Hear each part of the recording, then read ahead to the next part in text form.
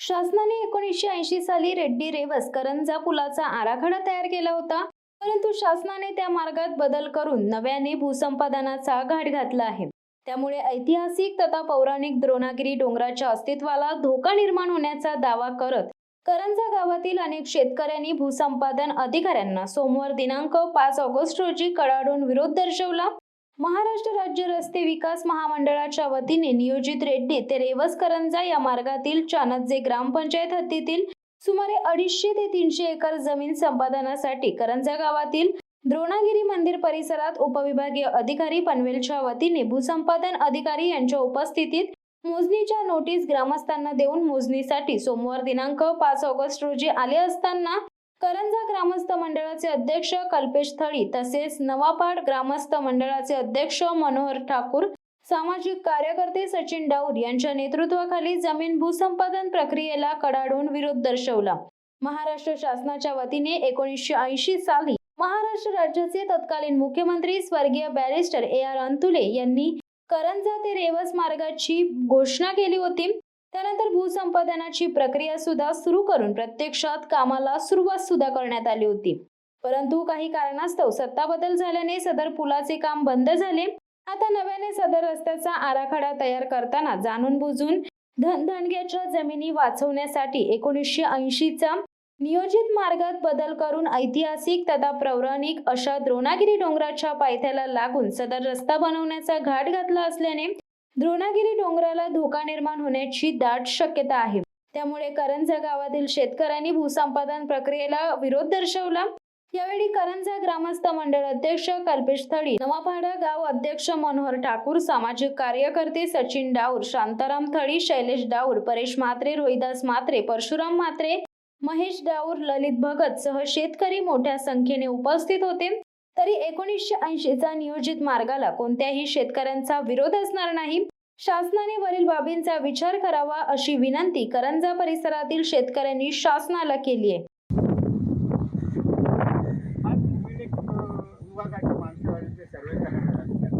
या संदर्भात आपली भूमिका काय? विभागाची माणसं आज आली होती, पण त्याने एक तर पहिली गोष्ट म्हणजे खूप शॉर्ट नोटीस दिली। हा पहिला मुद्दा।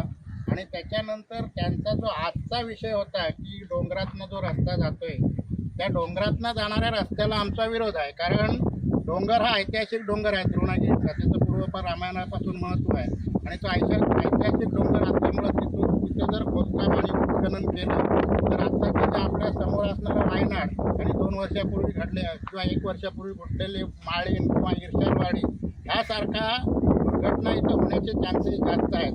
त्याच्या बाजूला ONGCचा प्रकल्प आहे, त्याला पण हानी होण्याचे चान्सेस आहेत।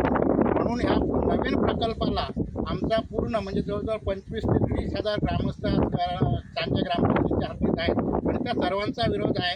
आणि जर वेळ पडली तर सगळी 25 ते 30 हजार लोक रस्त्यावर उतरणार। त्याच्याबद्दल आम्ही अगदी तुम्हाला सांगू इच्छितो की हे तुम्ही करू नका। शासनाने 1980 साली जेव्हा बॅरिस्टर AR अंतुले मुख्यमंत्री होते त्यावेळेला रेड्डी ते रेवस करंजा ब्रिज हा नियोजित मार्ग होता। आता त्यावेळेला शासनाने 8 करोड रुपये त्या दोन्ही साईडला रेवसच्या बाजूने पण करंजाच्या बाजूने पण खर्च केलेला। आणि त्याच्यानंतर आता आमचा जो ह्या रस्त्याला जो विरोध आहे तो आमचं म्हणणं असं आहे की जो 1980ला जो सर्वे झालेला आहे त्याच्यासाठी भूसंपादन केलेलं आहे त्या रस्त्यासाठी आमचा विरोध नाही। आता जो नियोजित रस्ता आहे तो त्या रस्त्यापासून एकतर 500 मीटर आणि ते ऐतिहासिक द्रोणागिरी पर्वताच्या पायथ्याला लागून गेलं आणि त्याच्यासाठी जे पायलिंग वगैरे होणार आहे त्याच्यानी त्या तो डोंगर खचण्याचा धोका आहे। त्याच्यामुळं आमचा त्याच्यासाठी प्रकल्पाला विरोध आहे। तो अगोदरचा 1980चा जो रस्ता आहे त्याच्यासाठी आमचा कोणताही विरोध नाही, हेच आमचं ग्रामस्थांचं म्हणणं आहे। या संदर्भात आपण शासनाकडे काही पत्रव्यवहार करणार आहात?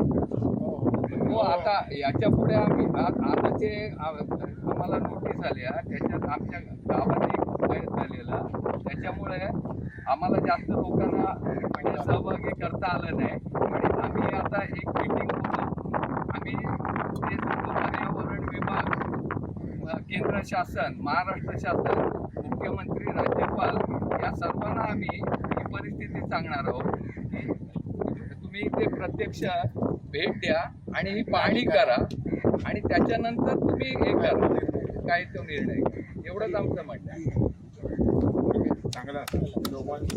शिवसत्ता टाइम्ससाठी प्रवीण पाटील, उरण. दे धडक बेधडक वृत्त देणाऱ्या आपल्या शिवसत्ता टाइम्स न्यूज चॅनलला लाल बटन दाबून सबस्क्राईब करा आणि बेल आयकॉनला क्लिक करायला विसरू नका.